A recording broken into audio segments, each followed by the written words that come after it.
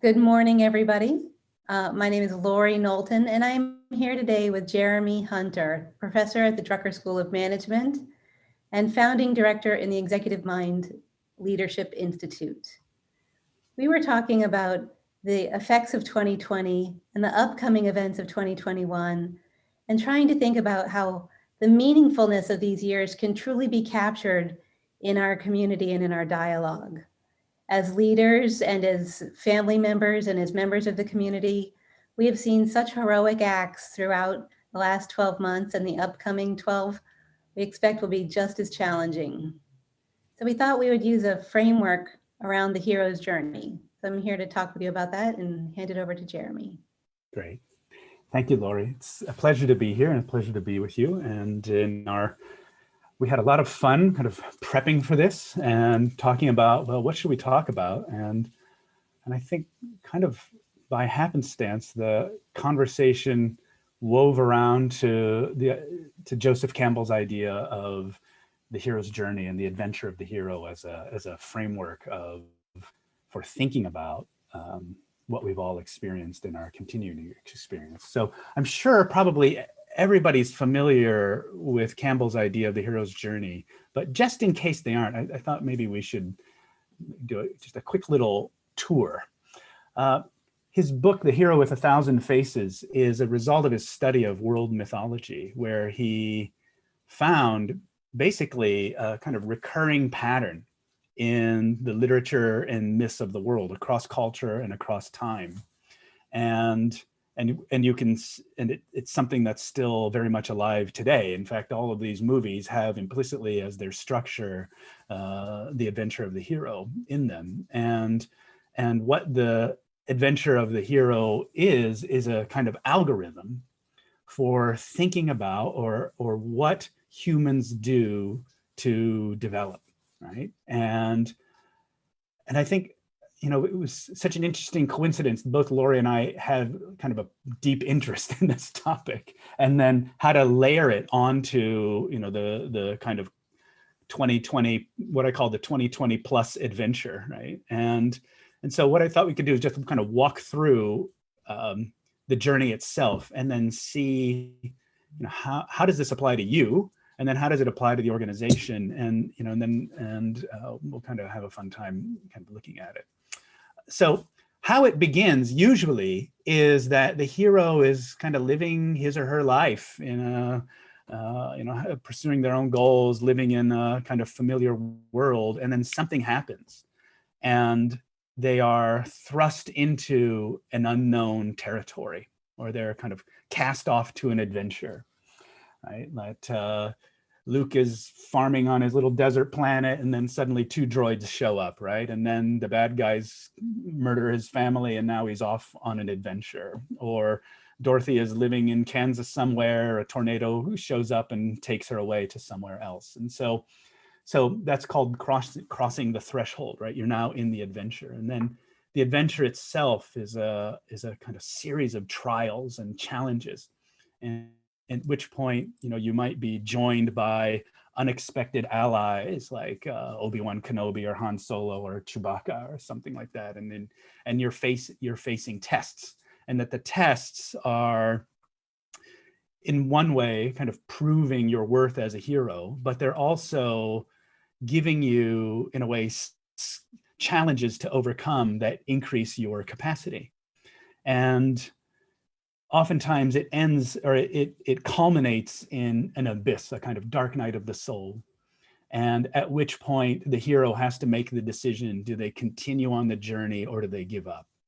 And this could be Jonah in the belly of the whale, for example, right?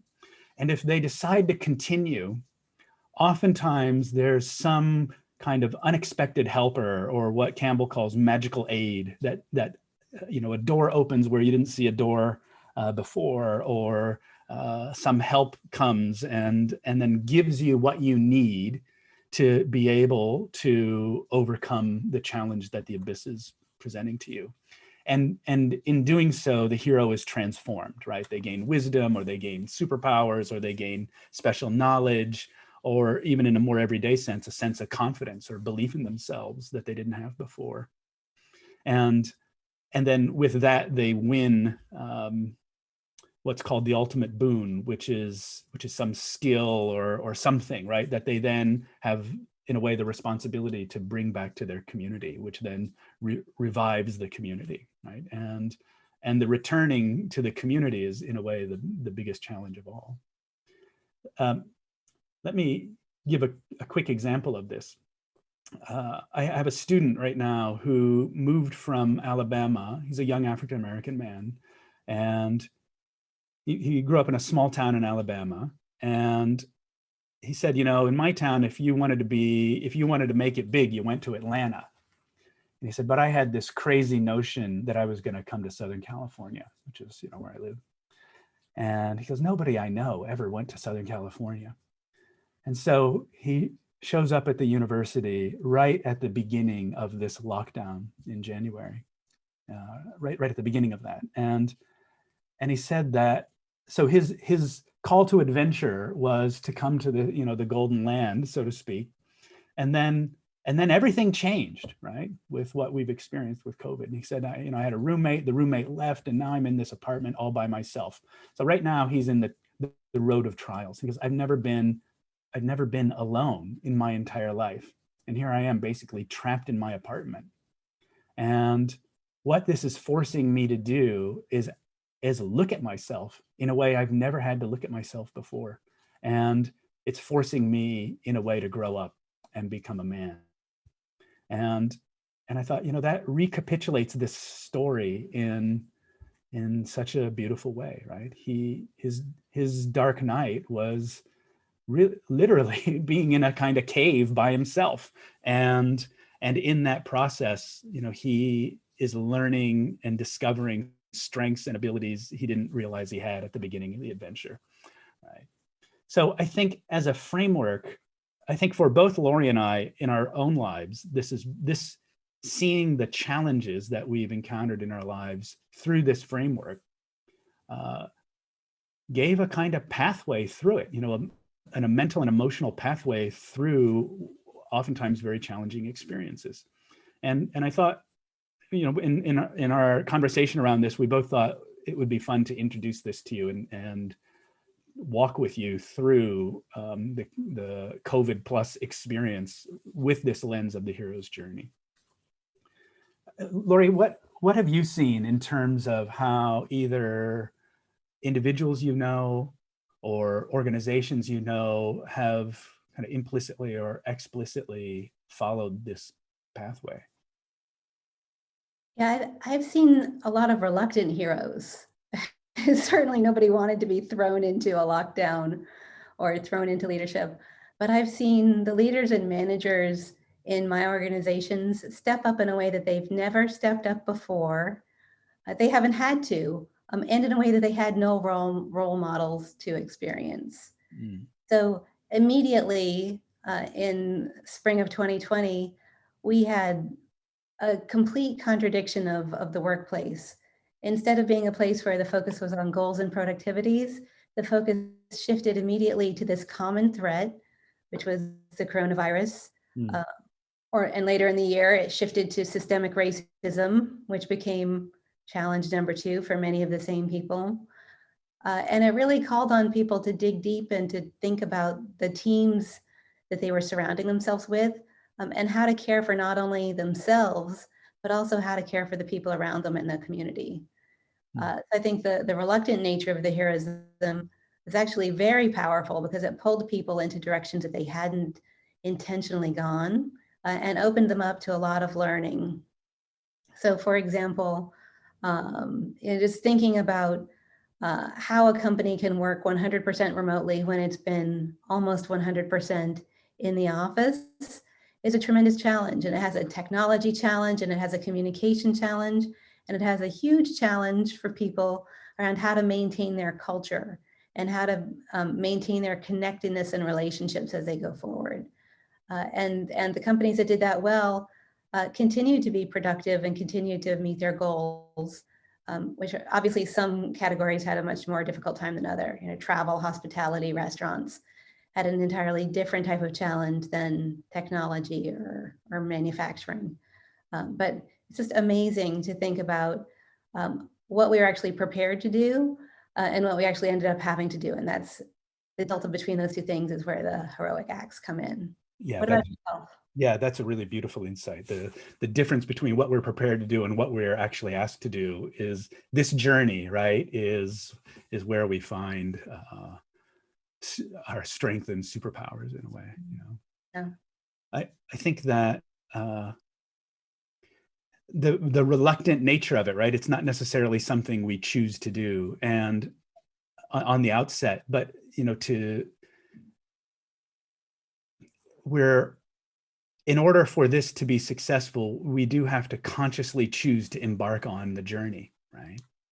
And at some level, it's about adult development. You know, my son is 5, and he's developing. Children develop kind of automatically, and in a way, it's the role of the parent not to screw it up. But adults don't develop automatically. You know, that whole process slows at around 19, 18, 19, in some cases 40.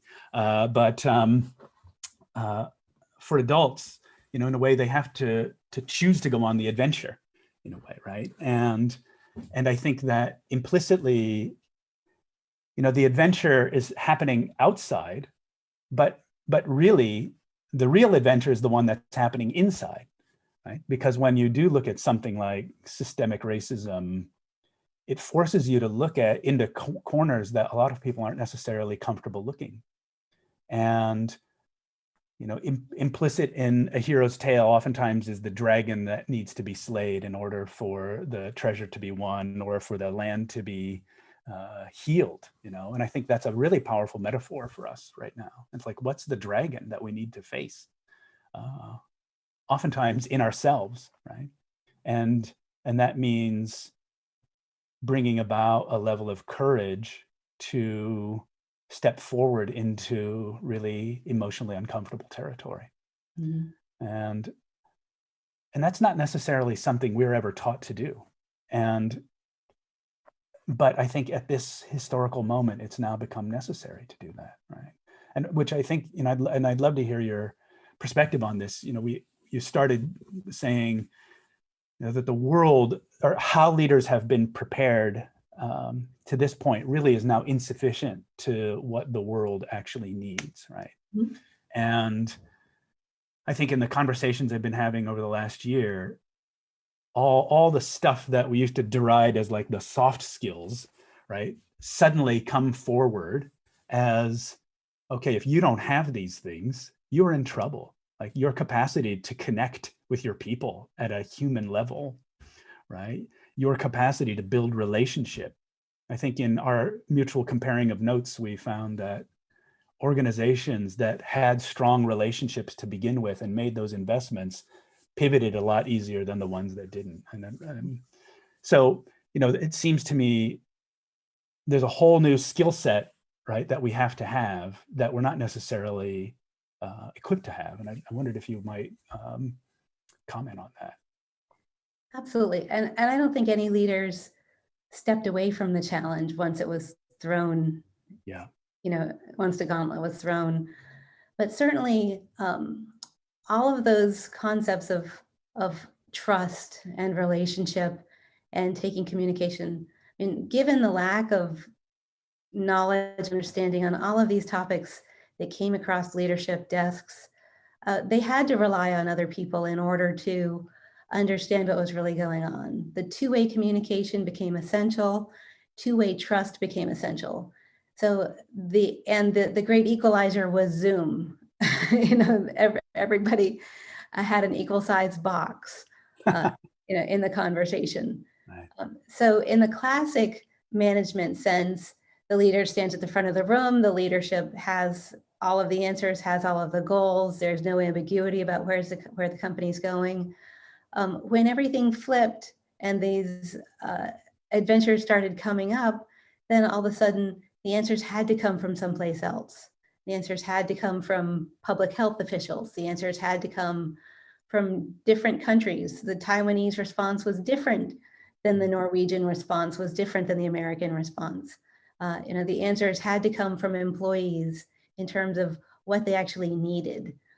Did they have children at home who were no longer in school? That's a big wrinkle nobody ever planned on. Certainly the employees didn't, the managers didn't. And so the manager's opportunity and the manager's responsibility converged in actually getting to know their employees at a very different level, and having a child sitting on a lap during a conference call. I don't think that's going to go away. Employees may return to the office. Employees may return to the office in some part or another part, but that awareness of the importance of the life that the person has outside of his or her work self, leaders included, is a really powerful new piece of information that we have that makes us all better and makes us all more complete in the way that we conduct our lives. Yeah, more complete. That's a great phrase.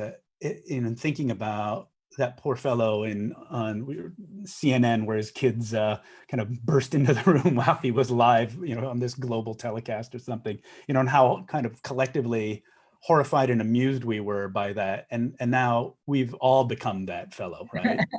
Yeah. And it's like, what we can start to see the an extreme compartmentalization of life, right? That we'd kind of imposed on ourselves. That, like, what was that about, right? As if those other parts of life didn't exist, and or could exist apart from who you are. And it does make me wonder if, at least for some places in the economy,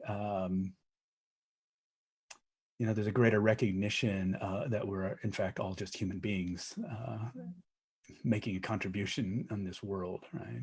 Yeah, the silos came down. And it does make me wonder if part of the renewal of this, that implicitly in a hero's journey, if it's a successful one, is a sense of renewal. And, is that now a greater recognition that we have to think about and care about the world, beyond the office at some level, right? And that it turns out that having an effective school system or medical system, all of those things turn out to be important, right? And are we going to invest in them in a way that they deserve, in a sense, right? Yeah, the sheer surprise that everybody had that children would interrupt your workday was very personal. I mean, all of us had children interrupt our workday, and we love our children. So it's a very powerful thing to say that work and children aren't compatible sort of workmates. But it's very much the case as to what happened last year. I do think, shifting gears, that everybody can take some hero story for themselves, but then we also look at the hero of our community and we think about the scientists who created a vaccine in less than a year. I mean, it's obviously, it would have been nice if we already had a vaccine in place and we didn't have a pandemic to begin with. But the fact that the science community swung into action that quickly, and that we were able to get a vaccine globally so quickly, was an amazing boon to all of the investments that we have made and all the education that we've invested in our cultures and our countries over the past decades. That's a win.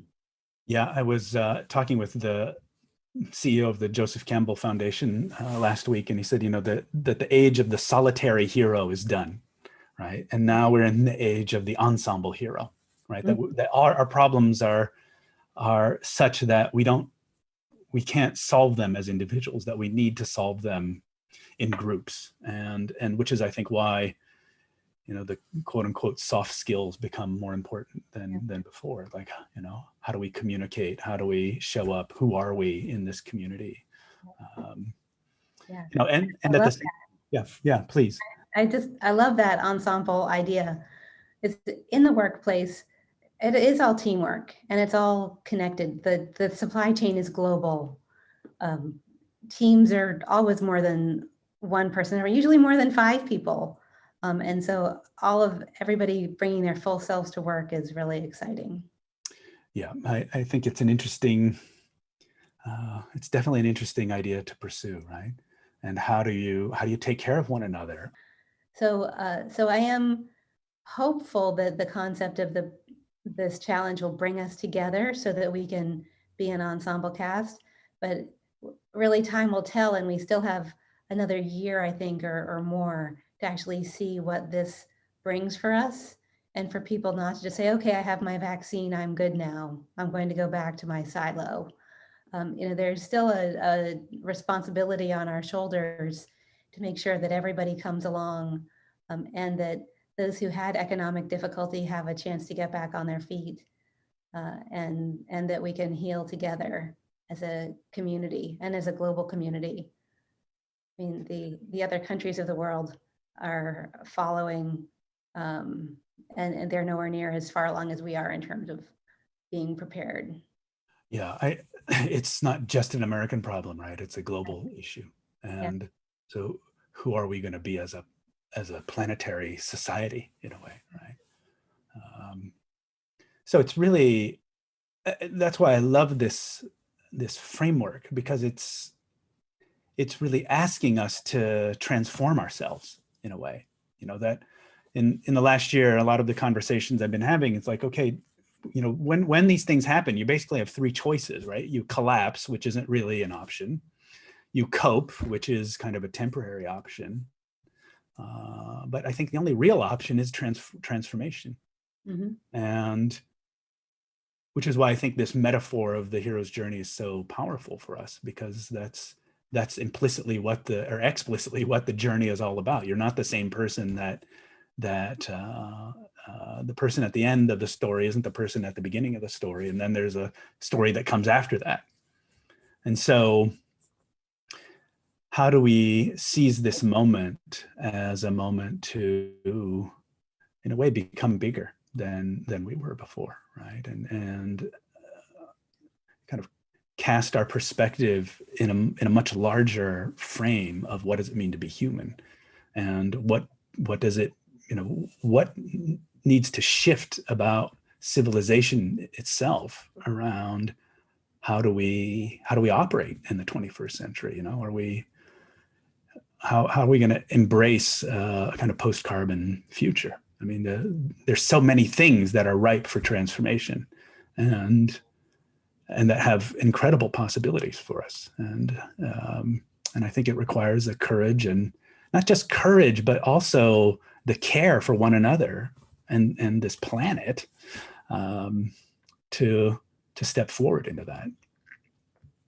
And let's talk a little bit about having a live audience. We'd be able to reach out and ask people, for their experiences. But since reflection is such an important part of adult learning, and reflection really allows people to take it to the next level, what questions would you have our audience ask themselves as they're winding down their day and sitting with their notepad and thinking about their experiences in the last 12 to 14 months? Yeah, it's great. I think there are a bunch of questions. And so maybe folks listening or watching to this, do pull out a pad of paper and a pencil or something, and, consider them. Like, one is like, who have you been the hero to?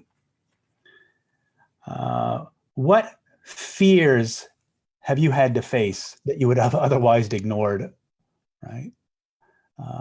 And in facing those fears, what did you learn as a result of that?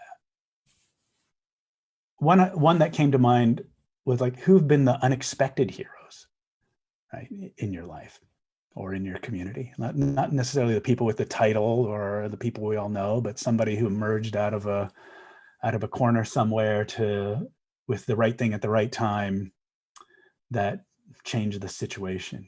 Who are the unexpected heroes?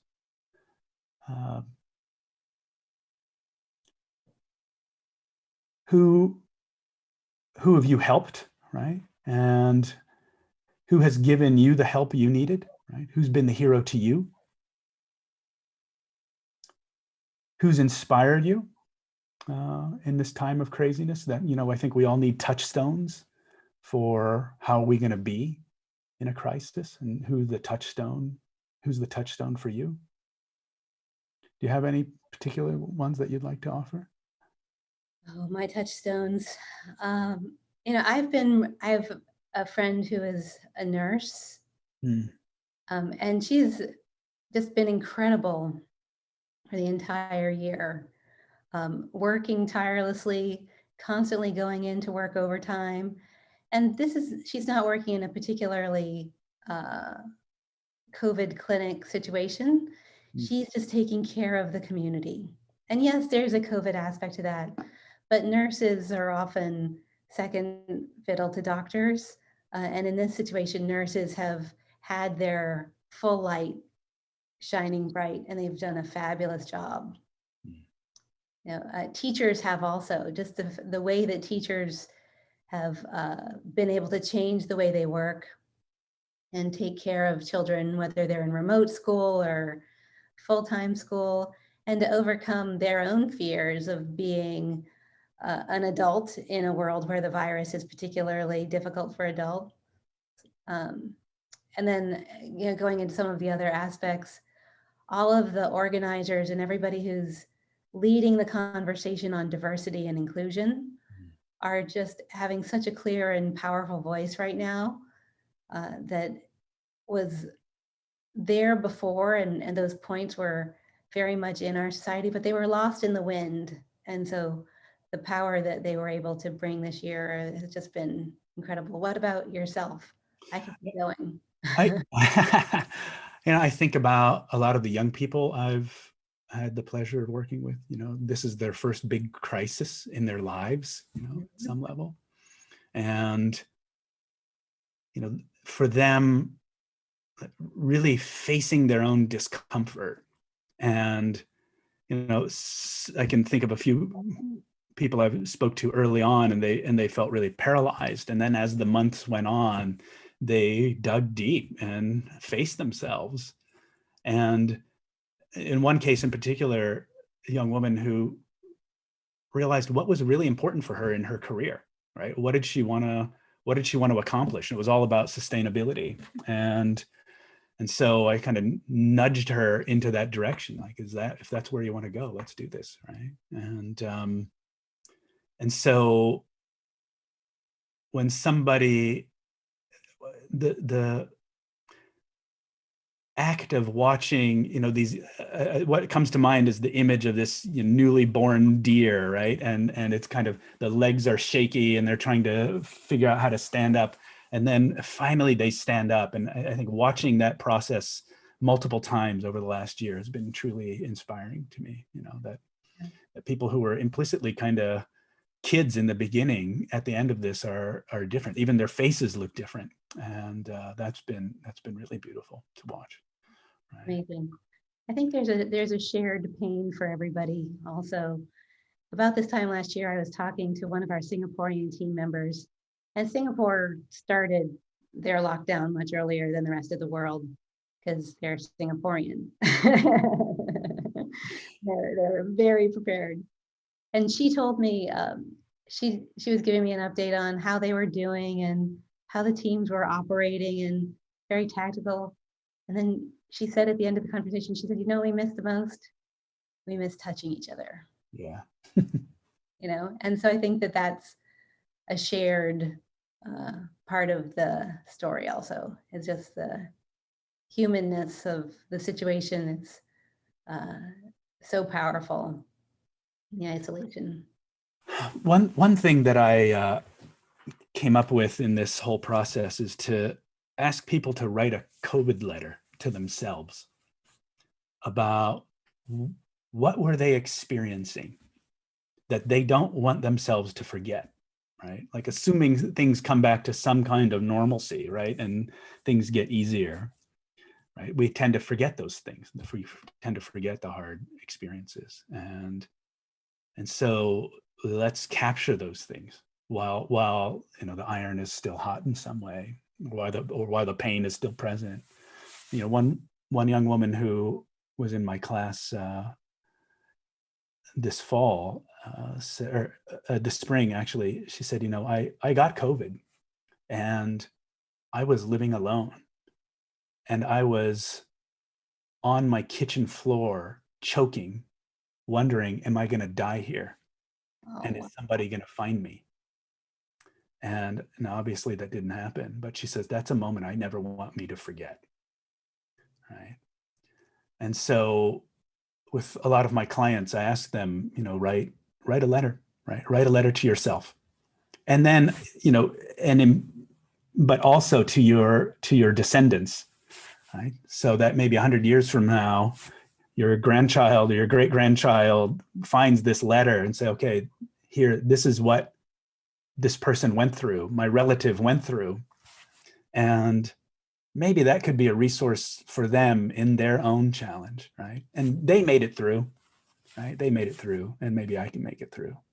And so, that letter could be a really beautiful investment for the future. The personal nature of each story is just incredibly valuable. Yeah. And keeping it with us as we go into 2021 and 2022 and beyond is so essential. I mean, the pandemic certainly isn't going to be over this year. And I'm not trying to be negative, but this is a global challenge. And even if our lives return to somewhat upright status, there are plenty of lives that are still struggling, and that there will be a long impact here. Similarly, we won't achieve diversity overnight. It's an incredibly long journey that we all need to be committed to for a long time. So just think about what we do next. Is the adventure over? Is there another adventure? How do we keep going and make sure that we don't become numb or callous after 2 years of difficulty or more? Yeah, that's the thing, right? There's always another adventure, right? And so, for me, I tend to read these things internally, but for me, it's really about looking at your own blocks, your own prejudices, your own angers, your own unhealed wounds, and then healing them. And in that process, we gain something, and then that sets the stage for the next adventure. And I think that's how we grow as a species, right? We grow our capacities through the collective facing of our own, through our own pain, really. And in the process, it's not done alone, right? You find friends and allies that come out of the woodwork to help you. And I think that's also an important aspect of the hero's journey that's essential to remember, is that if you choose to go on the journey, right, that there will be aid to help you, even though it may not seem like it in the beginning, right? That doors open that you didn't know were there. And I think that Campbell had the idea that a vital person vitalizes, right? And so as we vitalize ourselves, we are also, in a way, directly or indirectly, serving as vitalizing forces for others, right? As a model for what can happen, right? And so don't underestimate the power any one person or one group can have. But I think that's the story I tell myself as we go through this adventure as well. Yeah, I mean, the experience that people have had really gives us a chance to have new agreements with each other, new agreements about how we can be responsible for each other in different ways, and new visibility into each other's lives. And once you've seen that, you can't unsee it. We can't go back to thinking only about corporate goals and productivity. The importance of each employee and their family members, the importance of the whole community is visible, and it's a really great thing that it is seen. It's unfortunate that it took such a dramatic series of events to bring it to the forefront. So how about that? How about that? It is, but it's true that it's oftentimes dramatic events, right? I have the 6 Ds of change, right? The death, disaster, disease, divorce, downsizing, and drug addiction, right? That oftentimes, force you you have to hit, so many of us, right, self-included, right, you have to hit the wall to realize, oh, wait a minute, this isn't right, this could be better. Yeah. But hitting the wall collectively as a global civilization, I think, is a new and interesting wrinkle to all this, right? And how do we do this in a without being too cheesy, but really like with love in your heart? I mean, I think that's what this is in a way all asking us. Like, we are not in control all the time, realizing you're not always in control, and that very often the default response is a loving one. Right? Yes. Yeah. What can I do differently? Mm-hmm. And that usually gets some good answers. Well, terrific. Well, I hope that our audience enjoyed our conversation as much as I did.